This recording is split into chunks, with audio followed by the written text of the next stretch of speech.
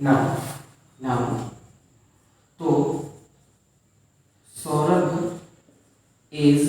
ठीक है, कितना है स्टेटमेंट में क्या कहा कि रवि के एज के 13 गुने से 6 कम है, ये ऐसा स्टेटमेंट होता है कि when Ravi grow to his father age Saurabh age could be 6 years less than the 13 times the present age of Ravi,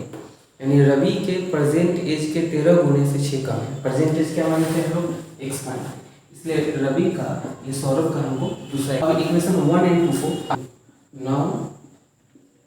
now from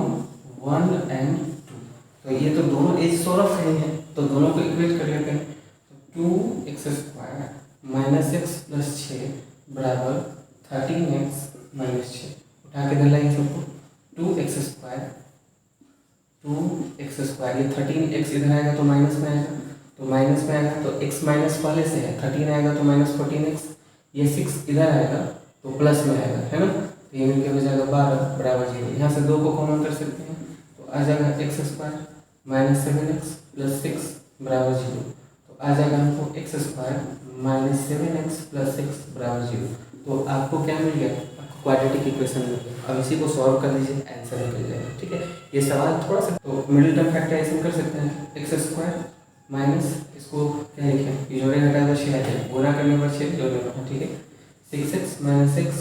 plus 6 बराबर 0। यहाँ से x कॉमन तो x माइनस 6, यहाँ से माइनस 1 कॉमन, x माइनस 6 बराबर 0, तो आ जाएगा x माइनस 1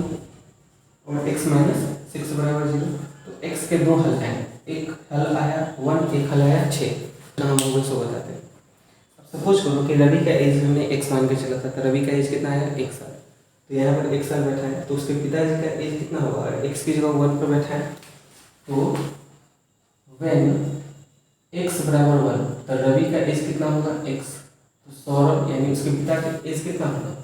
1 का स्क्वायर प्लस 3 तो 4, तो उसके पिताजी का एज कितना होगा 4। कॉमन सेंस लगाओ, बेटा अगर 1 साल का है तब आप 4 साल का होगा, ये तो हो ही नहीं सकता है, तो ये आंसर तो संभव हो ही नहीं सकता है। तो x बराबर 6, अगर x का वैल्यू हम लोग 6 पुट करें तो क्या माना जाएगा, देखिए रवि का एज अगर 6 ईयर होगा तो सौरभ का एज कितना होगा x² यानी 6 का स्क्वायर प्लस 3 यानी 36 प्लस 3 यानी 39, तो जो सौरभ का एज होगा वो 39 ईयर होगा। बहुत इंपॉर्टेंट क्वेश्चन है।